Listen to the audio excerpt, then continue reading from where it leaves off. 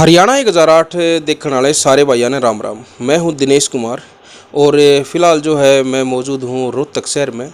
और रोहतक में मैं आपको बता दूं कि बहुत ही अच्छे कोच साहब हैं, जिन्होंने जो है कुश्ती में एक ऐसे ऐसे मतलब स्टार प्लेयर दिए हैं, जिनके जो है जो नाम हम इनके मुंह से हम खुद जानेंगे कि किस लेवल तक के जो है इन्होंने प्लेयर जो है तैयार किए हैं। मैं फ़िलहाल जो बैठा हूं हमारे रणबीर सिंह डाका जी हैं जो कोच साहब हैं उनके पास है, और जो है उनसे बातचीत करांगे।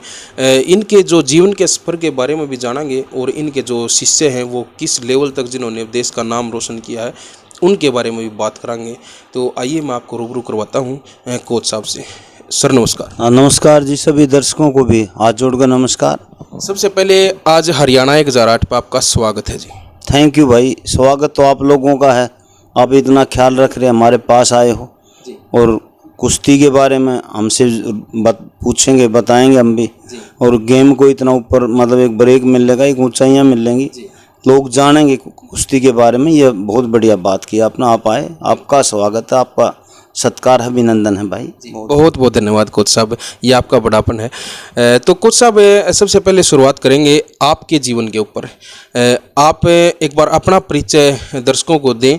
आपका जन्म कहाँ पे हुआ, किस परिवार में हुआ, और जो है आप जो आज जो है कोच के जो है आप पद पे हो, जो यहाँ तक का जो मतलब जो सफ़र है वो सारा जो है हम मतलब बीच बीच में जानते रहेंगे। आपने मतलब किस लेवल की आपने गेम खेले हैं, कुश्ती करी हैं, क्या क्या अचीवमेंट है आपकी, वो सब जो है दर्शकों के सामने लेकर आएंगे। तो सबसे पहले तो एक बार यही बताएं आपका जन्म कहाँ पे हुआ, किस परिवार में हुआ। भाई मेरे पिताजी का नाम श्री ताराचंद है और माता गुजर गई बतेरी देवी, उसकी कोख से मैं पैदा हुआ। और सुंडाना गांव है मेरा, तहसील मारी कलानौर है, जिला रोहतक है। हाँ, गांव में ही पले बड़े भाई, बिल्कुल कच्चे कुएं का पानी पिया है। नाला का लेट होया करती, जोड़ी बोलिया करते, उनका भी पानी पिया है भाई। खूब डांगर चराए हैं और ऊँटनी भी चराई है। यूँ को ने भाई, जैसे कोलवा में ऊँटनी रखा करते, वहाँ व्यक्ति थे छोटे बालकान कहती इसको चरा के लिया। बिल्कुल हाँ, ग्रामीण पृष्ठभूमि में पैदा हुए और एक कति जीरो से लगा ले भाई, परिवार नॉर्मल थे। यूँ को ने भाई बहुत पैसे वाले थे, काम चल रहा था बस। एज कितनी होगी कोच साहब? अब मेरी 61 साल की उम्र होगी। अच्छा। और मैं गांव से मैट्रिक पास की तो यहाँ जाट कॉलेज में दाखिला लिया। तो उसी दिन कुदरती जिस दिन दाखिला लेके आए तो चांदरूप साहब थे जो हमारे गुरुजी थे स्वर्गीय, उनकी मतलब श्री चरणों में बैठ के ABCD सीखी। द्रोणाचार्य अवार्डी थे और बहुत ज़्यादा पहलवान तैयार किए। मतलब देश में आज उसका नाम बड़े सम्मान से लिया जाता है। हम तो ये कहते हैं भाई हमारे बहुत ही स्मरणीय पूज्य हैं। उनकी छत्र छाया में हमने ABCD सीखी। दिल्ली ले गए वो, पहले मास्टर के खाड़े में थे, फिर वहाँ चांदरूप के खाड़े में। और कुश्ती की तरफ शौक लगा, फुटबॉल खेलते थे तो टीम गेम में हमने देखा एक दो नालायक आदमी ने टीम हरवा दी। मगर भाई ये तो कोई स्वाद का वो नहीं, इंडिविजुअल गेम हो, इंडिविजुअल गेम चुनेंगे अपना। तो कुश्ती का शौक था तो फुटबॉल भी खेलते थे, कुश्ती की तरफ अपना भविष्य समझ हमने ये बनाना है। दाखिला भी मैंने छोड़ दिया, कभी क्लास ज्वाइन नहीं की, दिल्ली चले गए। और मैं बता दूं पहले ही साल मेरा नेशनल में गोल्ड आया। रोहतक की नेशनल था। हाँ, मुझे बड़ी खुशी हुई, घर वालों को भी खुशी हुई, हमारा बच्चा बड़ी मतलब अच्छी शुरुआत कर रहा है कुश्ती में। और था भी ऐसे जैसे एक दूध में उफान आता है ना, ऐसे चढ़ते चले गए। बहुत जल्दी अच्छे रिजल्ट आने लगे, जहाँ भी जाते भाई सफलता मिलती। और कुश्ती की तरफ मतलब बड़े गहराई से हम इसमें घुसे, क्योंकि जो हमारे बड़े पहलवान थे, बुद्ध सिंह पहलवान था, राजवीर था, रोहतास था, हमारे सीनियर पहलवान, उन सब ने बड़ी मदद की हमारे गुरुजी के साथ साथ उन्होंने बहुत ज़्यादा मेहनत की भाई। कहीं भी जैसे बैठते तो कहते भाई आप उठिए, यहाँ आपका आके नहीं है यहाँ बैठने का। तो उनका सारा का सहयोग, समर्थन, मदद मिली तो हम थोड़ा सा इस तरफ और ज़्यादा बढ़ते चले गए। क्योंकि मेरा आज भी याद है जैसे हमारी जो प्रोग्रेस ही हुई ना कुश्ती में, तो कई पूछते थे भाई आप रात को उठ के मेहनत करते हो क्या।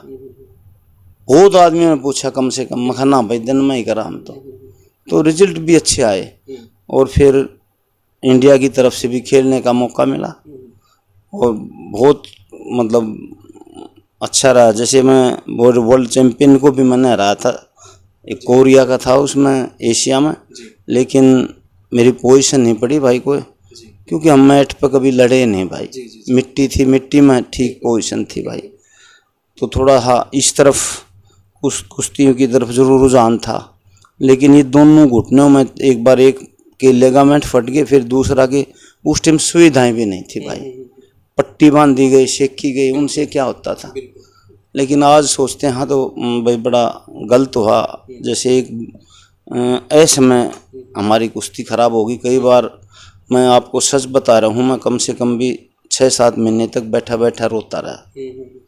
फिर मैं कहा भाई इस फील्ड में नहीं आना हमने, दूसरा अपना नौकरी करेंगे। मैं पहले पंजाब पुलिस में सिपाही लगा था, उसके बाद CRP में मैं हवलदार लगा, बीच में DCM में नौकरी की, फिर CSF में मैं SI लगा और वहाँ से फिर जो है ना नौकरी की मैंने 6 साल। फिर किसी भाई के कहने से मैं कहा यार चलो NIS कर लेते हैं। NIS की तो बढ़िया नंबरों से मैं पास हुआ। आते ही यहाँ हरियाणा में नौकरी लगी, एक ही पोस्ट थी और परमात्मा की दया से भजनलाल का राज था भाई, मैं ही लगा। और शुरू में मेरी बहादुरगढ़ पोस्टिंग हुई, बहादुरगढ़ के अंदर भी मेरे 2-3-4 लड़के इंटरनेशनल हुए। और शुरू से ये सोच रखा था भाई मतलब परमात्मा को हाजिर नाजिर मान के मैं अपनी नौकरी से या अपनी कुश्ती से मैं गद्दारी नहीं करूँगा। मैंने इस फील्ड में मेहनत करनी है। जो कमी मेरे अंदर रही है, जिस मुकाम को मैं हासिल नहीं कर सका, मैं अपने बच्चों के माध्यम से उसको हासिल करना चाहता था। और इसी लक्ष्य को लेकर देखो मैं यहाँ बोल रहा हूँ, परमात्मा को हाजिर नाजिर मान के कहते हैं, हम झूठ नहीं बोलते खामखा की कोई बढ़ाई या बोर बढ़ाई की मुझे अब एज में भी रहेगी जरूरत भी नहीं है। लेकिन ये जरूर सत्य है, मैंने कभी भी छुट्टी नहीं की एतवार के अलावा। मैं संडे को आते थे वो परिवार के लिए भाई, और सब अपने खिलाड़ियों के लिए। वहाँ अच्छे बच्चे तैयार हो गए थे, मेरे पास 200 के करीब बच्चे थे। दिल्ली जाना बंद हो गए थे, सही एक सिस्टम जुड़ गया था। लेकिन कुछ सरकार ने भी हमारे साथ दुर्व्यवहार सा किया, मेरे को गुरुकुल झज्जर में भेज दिया, बदल दिया मैं। फिर हमने भी वहाँ सोची भाई वहाँ काम करेंगे, वहाँ फिर लगे। तो जिंदगी में पहली बार गुरुकुल के बच्चों को तयमंद बांध के एयरपोर्ट पर हमने पेंट कराई उनको, बड़ा वो एक अच्छा दृश्य महसूस हुआ देख। तो वहाँ से भी जैसे कई बच्चे हमारे इंटरनेशनल हुए और आज भी बहुत अच्छी सेवा दे रहे हैं। 2-3 कोच भी हो गए, 2-3 बहुत अच्छे पहलवान भी हुए। यहाँ परमजीत था, सतीश था, सुमित था, सुनील था, यादराम था, परवीन था। ऐसे कई बच्चे जो नेशनल चैंपियन इंटरनेशनल हुए, 7-8 बच्चे, 12 के करीब यार थे कुछ। उसके बाद फिर मेरा यहाँ वो सारे जगह बदली होती रही, जहाँ जहाँ भी मतलब अखाड़े थे वहाँ कोच को लाओ भाई, वो काम करता है, वो काम करता है। रोहतक आए हम, रोहतक जगह नहीं थी भाई, मेरे पास इतने पैसे नहीं थे। मकान बना लिया था क्योंकि मेरे पास यही पैसे थे, नहीं तो कई कहते अखाड़ा बना ले भाई, मैं बच्चों को पढ़ाऊँगा इसलिए भी तो मुझे ज़रूरी है। तुमने यहाँ एक मेरसिंह अखाड़ा का है जहाँ आज मेरी ड्यूटी है, ये पहलवान का बिला भाई सा अखाड़े को संभाल ले भाई। मैं कहा भाई पहलवान देखो मेरी शर्त हैं 2-3, मैं कि कोई बच्चा किसी राजनीतिक पार्टी के अंदर नहीं जाएगा, किसी के कब्जे में नहीं जाएगा, और कोई भी अपराधी प्रवृत्ति में शामिल पाया तो मैं यहाँ से छोड़ के उसी दिन चला जाऊँगा। बिल्कुल बहुत अच्छा। नहीं मैं सख्त उससे लहजे से कह रहा हूँ, और नहीं किसी बच्चे का आज तक यूज किया, नहीं मैंने आज तक अपने कोई पर्सनल काम के लिए अपने किसी बच्चे को कभी भी यूँ नहीं कहा भाई ये काम करिए। हम उन बच्चों को केवल कुश्ती के लिए है, मेरे लिए नहीं, सेवा के लिए, मेरी सेवा के लिए मेरे बच्चे हैं भाई। फिर यहाँ आए, यहाँ आकर भी रोहतक में घुसे तो पहले सांगी बदली, फिर भगवतीपुर, फिर कलानौर, फिर ऐसे रहे। फिर करतारी थी मैं, बहन जी जो मंत्री में था, बहन जी मैं आया तो था काम करने, मेरी तो यहाँ रेल बना दी। फिर भूपेंद्र हुड्डा के गांव में बदली करवा दी। यहाँ बैठे थे ना जो हमारे जो अंदर विरोधी होते हैं वो, अब ये कहाँ आएगा वापस। फिर मैं पेश हुआ, मैं कहा जी मैं काम करना चाहता था, फिर मेरी एज भी नहीं रहेगी, अब रोहतक में आए हैं। थोड़ा सी मेरे को दीपेंद्र से मिल लिया मैं, दीपेंद्र ने फिर कहा भाई अगर ज़्यादा दुखी है तो तब मैं चेंज कर देता हूँ, और उसने मेरी फिर दीपेंद्र भाई ने बदली कर दी। यहाँ फिर अपना काम जुट गए। यहाँ जिस दिन मैंने अपना सफ़र शुरू किया ना, 7 लड़के थे, केवल 7 लड़के थे इस अखाड़े में। भैंस बांधते थे लोग, डेयरी का काम कर रहे थे। बाद में आज ऐसी जगह होगी, ये जन्नत होगी भाई। अब कितने बच्चे हैं? आज हमारे पास कम से कम भी 250 से ऊपर बच्चे हैं, और 12-13 के 15-16 प्रांतों के बच्चे हैं। और कोई भी ऐसा प्रांत नहीं होगा जो 15-16 बच्चों में हमारे 2-4 नौकरी नहीं लगे हों। और अपने यहाँ तो समझ ले, मैं रिटायरमेंट के बाद भी मेरे 22 लड़के नौकरी लग लिए भाई। तो मैं कम से कम इतना तो मैं माना कि इस जमीन को गुलजार ना कर सका, कुछ खार तो कम करके गाजी इधर से भी गुजरा मैं। अच्छा, अभी जो है इसमें कॉमनवेल्थ में थे आपके बच्चे? इसमें क्या हुआ जी, हमारे पास गरीको के लड़के हैं अच्छे। प्रीतम ने सोच रहे थे लड़ेगा, प्रीतम फर्स्ट आया था नेशनल में सीनीस में, गरीब फ्री स्टाइल का बच्चे जाते हैं जी, तो उसमें चोट लग गई। अच्छा। हाँ, 1-2 लड़का जैसे सेंटर चेंज कर गया भाई, हो जाता है ऐसे बच्चे जाते आते रहे हैं हालात के हिसाब से, कई बार नौकरियों नहीं तो 2-3 लड़के हमारे थे इसमें जो लड़के। जो ग्रीको में क्या पोजीशन रही, किन बच्चों की? ग्रीको में तो बहुत अच्छा सतर है जी हमारा।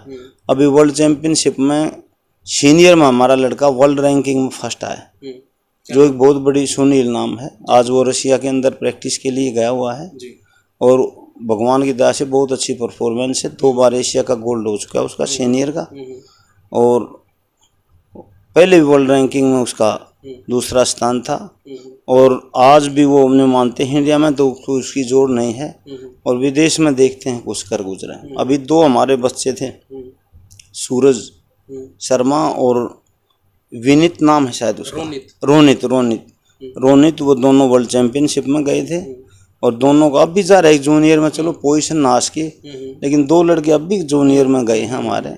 कोई ऐसी टीम नहीं होगी भगवान की दया से भाई, कोई हमारे बच्चे जिसमें नहीं जाते हों। एक नेशनल में समझो पूरा हम नेशनल के मेडल फड़ा रहे थे, हमारे 60 मेडल थे पिछले साल। अच्छा। एक ही संस्था के, तो लग रहे हाँ दोनों इसी लक्ष्य को लेके। मैं 2020 में रिटायर हो गया था भाई, फिर भी हमने सोची, कई जगह से ऑफर आए मेरे को, वहाँ से रांची से भी ऑफर था, भाई आप यहाँ आ जाओ कोच साहब, आपको पूरी सुविधा और इसका स्टेडियम का इंचार्ज बनाएंगे, पूरा संस्था आप संभालो। फिर मैंने सोचा भाई देखो, मतलब कभी भगवान की दया से मैंने पैसे को प्राथमिकता नहीं दी, ना किसी मान सम्मान को प्राथमिकता दी। कई बार लोगों ने भी कहा मेरा भैया वार्ड के फार्म भर दो, फलाना के भर दो। अब मैं सोचते हैं कई बार इनके पीछे जो जलालत करनी पड़ेगी, तो मतलब जमीर मार के कुछ भी प्राप्त नहीं करना भाई। अगर कभी योग्य होए या योग्य कोई समझे तो दे दे, वो भी मना नहीं है, लेकिन इसके लिए हाथ जोड़ना या रिश्वत देना, मैं पैसे दे के ले सकता था पिछले, बड़ी बात नहीं थी भाई। लेकिन हमने कभी भी ऐसा काम नहीं किया और नहीं करेंगे। अब तो सोच भी रखा भाई देखो, शायद भरना पड़ जाए, लेकिन 95% ने सोचा हमें नहीं चाहिए इस सप्ताह। अच्छा, थोड़ा सा आपको जो है थोड़ा पीछे लेके चलूँगा मैं कोच साहब। जिस टाइम पे आपकी एज को देखते हुए जो अपने जो है अपने हरियाणा प्रदेश में आसपास के जो राज्य हैं, उत्तर प्रदेश में, पंजाब में, राजस्थान में, जो ये मतलब यहाँ पे जो है कुश्ती का बहुत ज़्यादा क्रेज हमेशा से रहा है। दंगल वगैरह अब तो बल्कि थोड़े दंगल कम हो गए, नहीं तो गाँव में पहले जो मेले लगते थे वहाँ भी दंगल होते थे, और वैसे भी किसी वार्षिक जो पर्व जो हमारे होते हैं उन पे भी जो है दंगल जो करवाए जाते थे। तो उन दंगलों में जो आप मतलब लड़े होंगे आपने दंगल उस टाइम पे? मैं तो था ही दंगली। बिल्कुल दंगली जो आपने बताया है, ज्यादा दंगल बिल्कुल। तो उनके बारे में बताएं, जो है कुश्ती के बारे में, जो मतलब जो आजकल के जो पहलवान हैं उनको जो है सुनने को मिले कि जो पहले वाले जो कुश्ती के जो दंगल होते थे और जो आज जो होते हैं उनमें बदलाव क्या कुछ महसूस कर रहे हो आप? सबसे बड़ी बात है ना, दंगलों का सिस्टम खराब कर दिया जी आयोजकों ने। पहले कैसे होते थे? पहले खुले दंगल होते थे, और 2 बजे से 1:30 बजे से छुट्टी हो जाती, और आखिरी छुट्टी में कम से कम भी हमारे को यूँ मान लो 40 मिनट 45 मिनट का टाइम देते।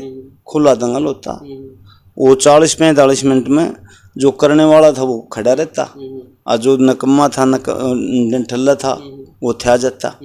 आज हमने दंगलों का सिस्टम बदल दिया, हम 4 बजे 3 बजे दंगल जाके जमता है, और 6 बजे फाइनल कुश्ती करवाते हैं, उसको 10 मिनट का टाइम दिया जाता है।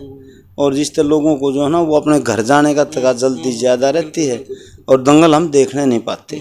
सबसे बड़ा कारण यही है, अगर हम 2 बजे 1:30 बजे छुट्टी करवाएं आज भी, और मतलब कंपटीशन उसको बच्चों को पूरा पैसा दें भाई, बराबर को भी पूरा, जितना उनका हक है वो पूरा दें, ताकि नूरा कुश्ती ना उसके। हम जो कुश्ती नूरा है उसने भी मारे हमारे को।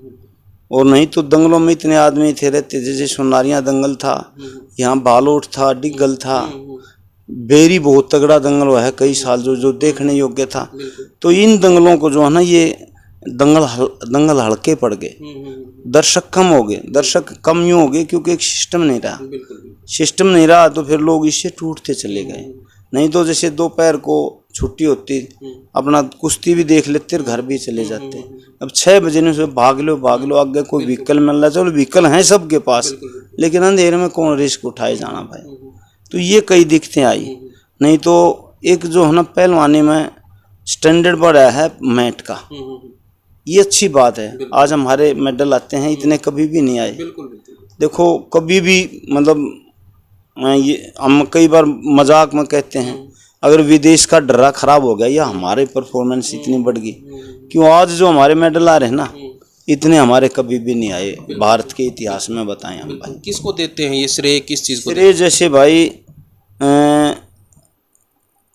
जो मैट दिए है ना सरकार ने, पहले सरकार ने, भाई जो भी गया मैट चीज ले जा भाई, दूसरा चाहिए दूसरा भी ले जा, तीसरा भी ले जा।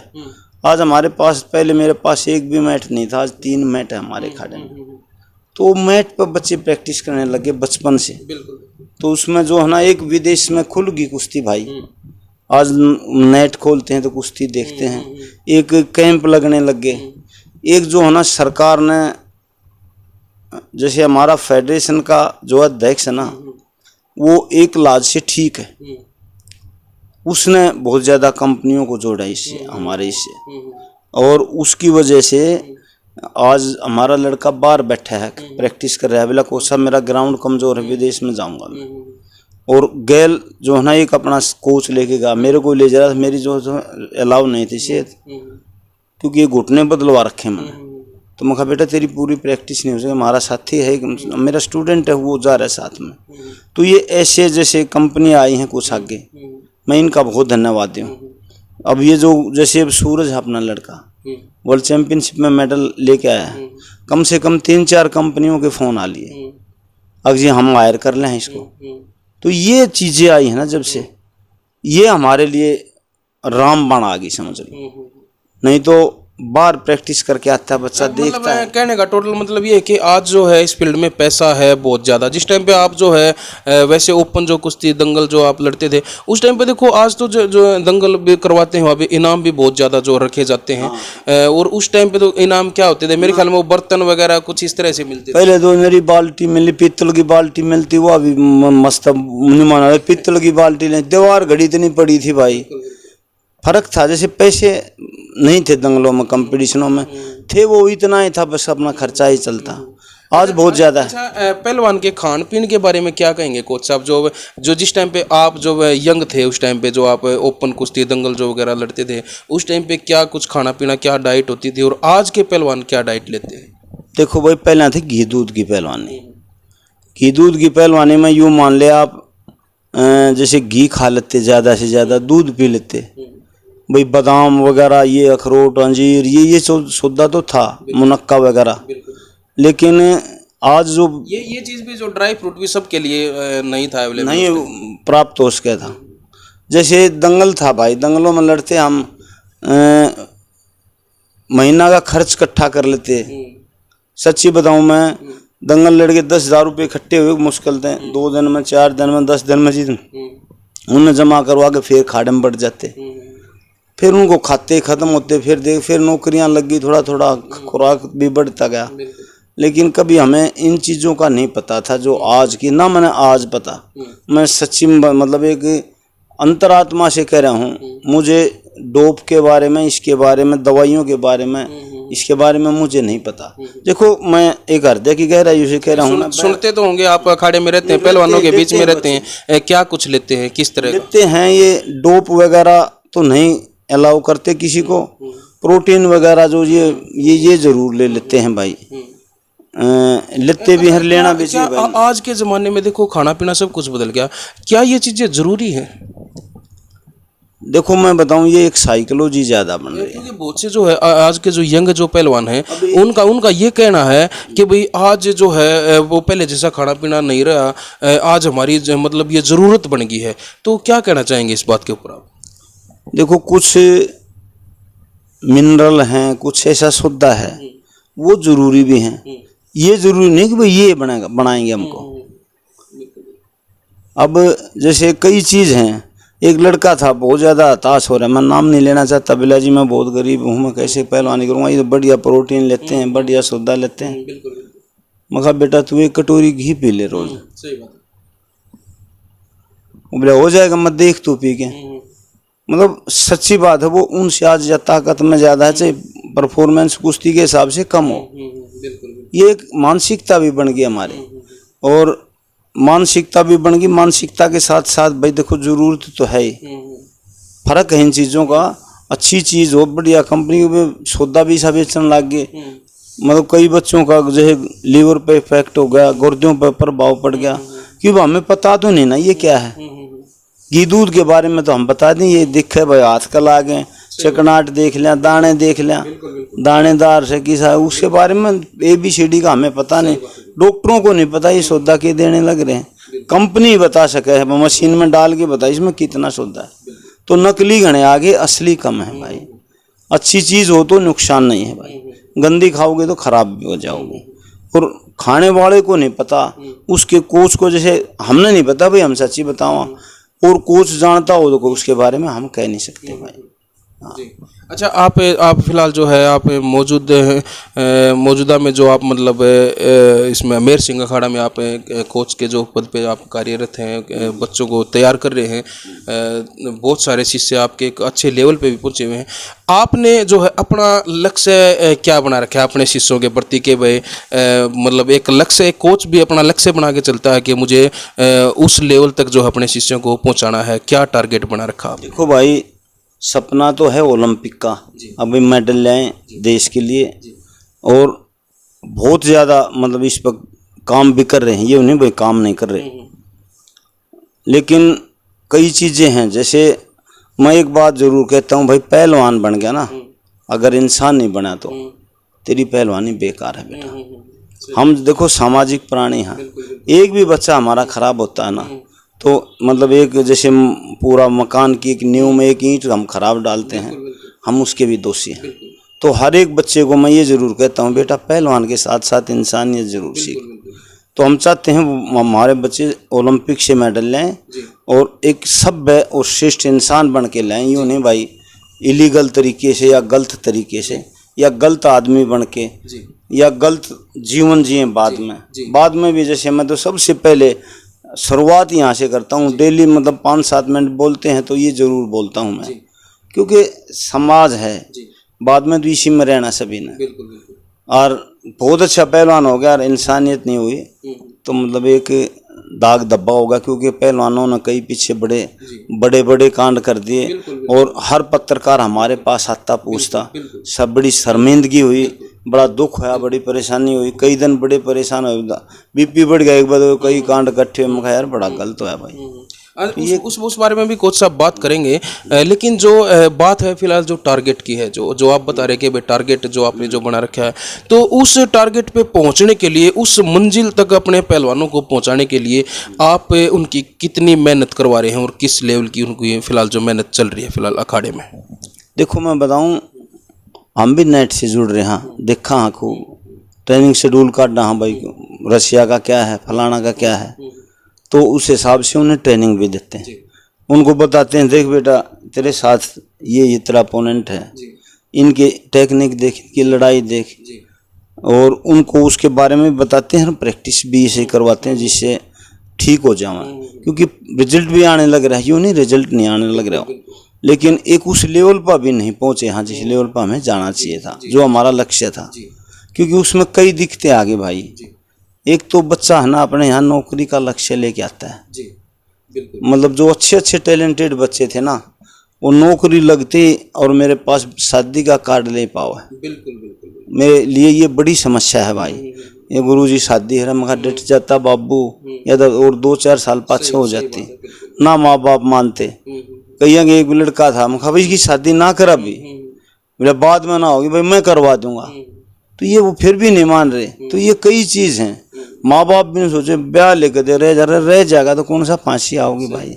लेकिन एक बड़ा लक्ष्य वाला आदमी चाहिए जिसको मंजिल सलाम करती हो, वो कारवां नहीं मिलता, तो वो जरूरी होता है ऐसा भाई। जब हम कर्म काम का मेल जब बनता है, जब दोनों तरफ से आदमी ने सोचता है भाई मैं तो अपने इस लक्ष्य के लिए आया हूँ, घर वाले भी नहीं कहें भाई ओलंपिक तक हम इन्हें शादी भी नहीं कराएंगे और नौकरी भी नहीं लवाएंगे। सुशील और योगेश्वर का मेडल आया, दोनों को बहुत पहले नौकरी दे रहे थे, तो इनके उस्ताद ने जैसे कहा भाई ऐसी इसको नौकरी ना लगवाओ ना, परफॉर्मेंस डाउन आ जाएगी। वो नहीं लगे, लेट लगे, लेकिन मेडल बड़े लगे भाई। तो ये चीजें हैं, कोई ऐसे बच्चे मिलेंगे भी गर्व महसूस करेंगे भाई, लग रहे हाँ सबके अंधेरों को खंगालने, देखते हैं परमात्मा ने क्या लिखा है भाई। बिल्कुल। अब बात करते हैं थोड़ी सी, जो जिक्र आपने थोड़ा सा किया है, मैंने बीच में आपको रोक दिया, जो मतलब ये पहलवानी लाइन ऐसी होती है, मतलब बहुत बार जो है देखने को मिला है कि जो मतलब कई बार तो ऐसा भी देखने को मिला है कि बहुत बड़े पहलवान जिनका नाम मतलब बहुत उच्च कोटि के जो है पहलवानों में नाम उनका मतलब एक स्वर्णिम अक्षरों में मतलब लिखा जाता है, उनका नाम लोग आइडल मानते हैं उनको अपना, लेकिन फिर भी किसी ना किसी कारणवश वो किसी गलत संगत में पड़ के जो है अपनी लाइफ भी खराब कर लेते हैं, नाम भी खराब कर लेते हैं। और ये एक नाम नहीं है, ये इस तरह के नामों की एक लंबी लिस्ट है, एक लंबी लिस्ट है। बिल्कुल बिल्कुल। तो उस बारे में बिल्कुल छोटे शब्दों में मतलब उनका तो देखो, उन्होंने तो कर लिया जो करना था, जिसने भी जो हुए हैं, लेकिन अब जो फिलहाल जो आगे आने वाले जो भविष्य है, जो देश का जो भविष्य है, जो खेल का भविष्य है, उनको आप क्या शिक्षा देना चाहेंगे अपने शब्दों में, मतलब क्या समझाना चाहेंगे हरियाणा 1008 के माध्यम से? मैं ये कहता हूँ ये नैतिकता की कमी है सबसे बड़ी बात। हमने मतलब स्पोर्ट्स के साथ साथ नैतिक ज्ञान का होना भी बहुत ज़रूरी है। और ये चीज़ें जो है ना, कुछ तो परिवार में हम लेके पैदा होते हैं, और कुछ इसको जैसे हार्डिटी बोल देते हैं, कुछ हम इसको लेके पैदा होते हैं, कुछ थोड़ा सा जो है ना उस माहौल को हम सुधार सकते हैं नैतिकता से, उनको नैतिक शिक्षा देके आगे पीछे की बात बताएं, अच्छाई बुराई की बात बताएं, और बहुत कहें भाई उसको ये चीज़ समझाएं भाई तुम बहुत मतलब स्टार खिलाड़ी है, तो नैतिक होना बहुत ज़रूरी है। इन चीज़ों की बहुत बड़ी कमी है। एक सबसे बड़ी बात जो है ना, मैं बताऊं आपको, जो हमारा जो फील्ड है ना, इसमें एंट्री बहुत गलत है। जैसे ये गलत है, जो नहीं पढ़ता ना आदमी, निकम्मा बच्चा हो, उसको नहीं, पहले तो गुरुकुलों में छोड़ते थे, अब कहीं इसको अखाड़े में छोड़ा। एक मूर्ख आदमी में ताकतवर हो जा, वो समाज के लिए घातक होगा भाई। ये हमारे प्रति इसमें एंट्री गलत हो रही है हमारी। अगर शिक्षित बच्चे आए, जेंटल बच्चे जिस दिन आए, एक तो रिजल्ट अच्छा आएगा। अरे कि ये जो अपराध है ना, इनका भी एक, मैं सभी पहलवानों से, सभी साथियों से भी ये कहूँ हूँ कि किसी भी अपराधी का सहारा ना ले। जो कोई साथ में आए अपराधी, जो बातचीत करे, उससे राम राम करे, दूर हट जा, क्योंकि शुरू में इनकी संगति अच्छी लगती है, इनको ठैया चाहता है, अच्छा खाना मिलता है भाई, पहलवानों का बढ़िया एक जगह मिलती है सुरक्षित, कि यहाँ कोई नहीं आएगा। तो ये थोड़ा थोड़ा उनको जरूरत होती है, इनको पता नहीं होता, इनका यूज किया गया है। जितने भी कांड हुए हैं, जितने भी इनको उन अपराधियों ने यूज किया है, इनके नाम को, इनकी शोहरत को, इनके पैसे को, आगे दूसरा आप दुखी होगा आगे। तो ये चीज़ें हैं, समझदार होना था बहुत ज़रूरी। एजुकेशन की बहुत ज़्यादा कमी है, शिक्षित होना चाहिए, अच्छी किताब पढ़नी चाहिए, अच्छे आदमियों में बैठना चाहिए। और कोई भी बात में फंसता दिखे ना, मैं माँ बाप की भी कमी मानता हूँ, उनके उस्तादों की भी कमी मानता हूँ। उन्होंने उनको ये नहीं बताया, माँ बाप ने, भाई तू क्या कर रहा है, कहाँ जा रहा है। लोगों ने शिकायतें भी की, लेकिन आँख मीच के भाई चाहे वो कम में कहो चाहे, उन आँख नहीं मीचनी चाहिए थी। जाके अपने बच्चे को कहना चाहिए, भाई तू कितना भी बड़े बजाओ तुम, लेकिन हो तो इंसान, दूसरे के साथ गलत ना करो भाई। तो ये चीज़ें बहुत ज़रूरी हैं भाई। और शिक्षा एक जगह और भी देखी जाती है। देखिए कोच साहब, वैसे तो समय काफ़ी हो गया है आपका, काफ़ी समय हमने लिया है, बिल्कुल आपने जाना भी है, आप समय जो है बिजी शेड्यूल है जो आपका। तो एक बात और है, शिक्षा देखिए वहाँ भी जो है ज़रूरी है। जब कई बार देखने को मिलता है कि जो हमारे जो पहलवान हैं, खासकर अपने हरियाणा प्रदेश के, जब बाहर जाते हैं, चाहे वो गेम में किसी में भी हो, लेकिन बाहर जब विदेशों में जाते हैं, वहाँ पे जो है वहाँ के लोग जब उनसे बातचीत करते हैं, वहाँ की मीडिया जब उनसे बातचीत करती है, तो फिर वो बोल नहीं पाते, क्योंकि वहाँ पे इंग्लिश बोलनी पड़ती है। इंग्लिश में उनके जवाब होते हैं, तो इंग्लिश में सवाल होते हैं, इंग्लिश में उनको जवाब देना पड़ेगा। तो भाई वो ना तो उनकी समझ पाते, तो बोलना तो बहुत दूर की बात है, उनकी समझ में नहीं आती। तो यहाँ पे मेरे ख्याल में शिक्षा जो है कि प्लेयर के लिए यहाँ मतलब भाई उनको मतलब बहुत ज़रूरी है, मतलब शिक्षा प्राप्त करनी। तो और देखा जाता है कि पहलवान कोई 8वीं है, कोई 10वीं है, तो इन शिक्षा के बारे में जो है नए जो बच्चे हैं उनको किस तरह से समझाना चाहते हैं? मैं ये कहता हूँ शिक्षा शेरनी का दूध है भाई, जो पिएगा वो धाड़ेगा। शिक्षित होना बहुत ज़रूरी है, और कुछ नहीं तो पर्सनैलिटी बनती है आदमी की। तो ये चीज़ें हैं, इनके लिए बहुत ज़रूरी है शिक्षा का होना। और ये चीज़ वहाँ दिखते हमें भी आई है। मैं गया जब, हमें बड़ी परेशानी हुई, मतलब हमें पता ही नहीं था किसी चीज़ का। पूछ ये करिए, मतलब गर्म पानी चाहिए था, गर्म पानी का भी कैसे मतलब न्यू भी ना बता सके। तो कई चीज़ हुई हैं, दिखते आई हैं। तो हम ये कहते हैं एजुकेशन पर विशेष ध्यान दें, और पढ़ बना हमारे पढ़ेंगे तो हम आज उस और भी अच्छी कुश्ती पर जाएंगे। अब जैसे हमारे 2 साथी हैं, एक बहुत बड़ा पहलवान हुआ, एक उसका भाई पहलवान के साथ साथ पढ़ता रहा, वो आज 2.5 लाख रुपए तनख्वाह ले भाई। तो पढ़ाएंगे तो नौकरी भी और भी अच्छी मिलेगी भाई। तो ये बहुत ज़रूरी है। मैं सभी से, पहलवानों से रिक्वेस्ट करता हूँ भाई, पढ़ा जरूर करो, नैतिक रहो, सभ्य रहो, अच्छाई बुराई को देखो, समाज के लिए एक मिसाल बननी चाहिए। एक अच्छी मिसाल बनेंगे तभी अच्छे खिलाड़ी माने जाएंगे। जी बहुत बहुत धन्यवाद। आज जो है हरियाणा 1008 को आपने इतना जो समय दिया, आपका बहुत बहुत धन्यवाद। बहुत शुक्रिया आपका भाई, टाइम आपका काटा, मेरा नहीं। जैसे हम तो यहाँ बैठे थे चुपचाप, आप आए हो, और बहुत अच्छी बात। देखो इसको प्रचार प्रसार करो जितना भी स्पोर्ट्स का उसके। आज हम ऐसे स्पोर्ट्स के भागीदार हैं, हमारे 3-4 ओलंपिकों से लगातार मेडल हैं, लगातार किसी भी गेम के नहीं हैं, लेकिन हमारे अंदर नैतिकता की कमी है, वो हमें दूर करनी है। शिक्षा की कमी है, वो हमें दूर करनी है। एक नैतिक और शिक्षित पहलवान जब खिलाड़ी बन के यहाँ समाज में आएगा, वो बहुत भला भला करेगा। अच्छा, एक चीज़ और मैं यहाँ पे लास्ट में कहूँगा कि जो इस वीडियो को जो देखेंगे, आपका जो साक्षात्कार है जो लोग देखेंगे, तो बहुत से लोग मतलब आपकी बातों से जो है प्रभावित होकर ये सोचे भाई हम अपने बच्चों को जो है कोच साहब के पास छोड़ दें, वहाँ पे वो मतलब शिक्षा ले, मतलब इस कुश्ती लाइन की जो है। तो उनके लिए क्या मोबाइल नंबर अवेलेबल हो सकता है यहाँ पे आपका? हाँ, नंबर है मेरा भाई। कोई भी जैसे कोई भाई जोड़ना चाहे, वैसे भी कोई सी बात हो तो हम बैठे। हाँ, 7988169304। हाँ, तो भाई ये जो है कोच साहब ने जो है, अब और भी नंबर है कोई, यही है? हाँ, एक हिंदी में बता दूं भाई, 94 161 67 134, 2 नंबर हैं भाई ये। हाँ, कोई ऐसी बात हो कुश्ती संबंधी, तो भाई हम आपकी सेवा के लिए हाजिर हैं। और अच्छे नागरिक बनो, अच्छे पहलवान बनो, और एक सभ्य शिष्ट नागरिक होंगे तभी हम समाज का भला कर सकते हैं भाई। बहुत बहुत धन्यवाद। ये थे हमारे साथ रणबीर सिंह ढाका जी, जो बड़े अच्छे कोच हैं, बड़े अच्छे लेवल के, जिन्होंने पहलवान तैयार किए हैं और आगे भी जो है एक अच्छा जो है अपना टारगेट बना के जो है चल रहे हैं। एक ऊंचे लेवल तक जो है अपने देश का नाम हो, उसके लिए जो है दिन रात जो है अपने जो है शिष्यों के साथ मेहनत कर रहे हैं।